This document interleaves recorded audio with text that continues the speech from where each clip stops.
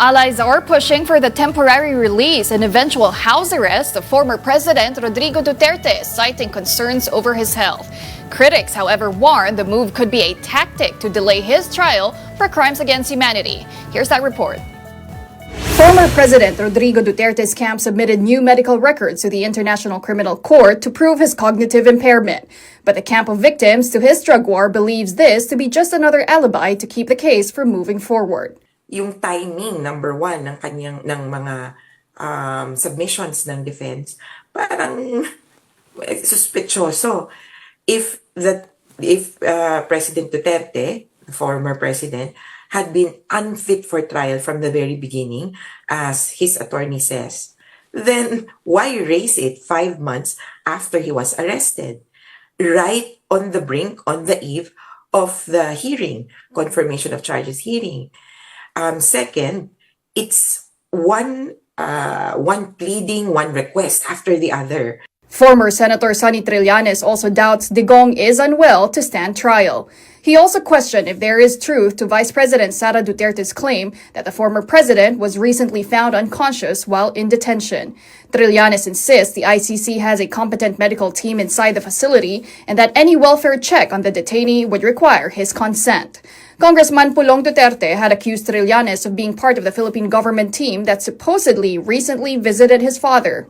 Nakuha natin na impormasyon sa ICC na wala pong nangyayaring bisita kay Duterte nang hindi niya pinapayagan. So outside the lawyer at yung mga pamilya niya ay wala hong nangyayaring gano'n.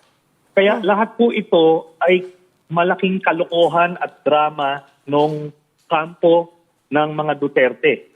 Gusto nilang tawaan, gusto nilang mag-create ng duda at kung anumang dahilan para mabigyan ng interim release si Duterte. Congressman Pulong has pointed to a photograph of Trillanes while in The Hague that had a caption, "Duterte is still inside the ICC's detention facility." But the former senator called this as yet another false information from the Duterte camp. Konteksto nun, di ba, naglabas ng fake news yung mga Duterte. Kasama na si Kitty Duterte na nag-grant na raw yung interim release. So kaya ako nag-post ng ganon. Kasi naitanong ko dun sa mga kaugnayan natin kung totoo ba yun, sabi nila hindi. Kaya sinabi ko, hindi totoo na nasa loob pa rin siya. Trillanes also claimed that based on information he gathered as an interested party in the Duterte case, the ICC's arrest warrants against Senators Bato de la Rosa and Bongo are coming. The arrests, according to Trillanes, could come next year with the two charged as principals.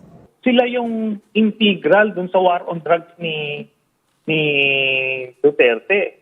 So si Duterte taga-utos, si Bato taga-enforce sa PNP, si Bongo taga-distribute ng pera.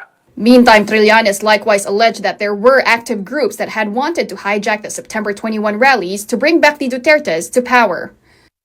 Back to the ICC, the Office of the Prosecutor maintained that there are potential risks in granting Duterte temporary freedom. In a publicly redacted document, the prosecutor wrote, quote, "The prosecution has demonstrated through multiple filings that Mr. Duterte, if granted interim release, would be a flight risk, is likely to interfere with the proceedings, and may commit further crimes." It also pointed to the defense unnecessarily delaying proceedings through 4-1, waiting until 5 months after Duterte's initial appearance to file its challenge regarding his fitness to stand trial. Back at the Philippine Senate, a caucus was held on Tuesday afternoon to discuss the resolution by the minority bloc, calling for Duterte to be placed under house arrest here. Known Duterte ally, Senator Robin Padilla defended the measure by expressing his immense concern for the former president's health condition. Kasi meron na pong matinding sakit si Tatay Digong. Sa kasalukuyan po, siya po ay meron ng tinatawag nating early signs of dementia.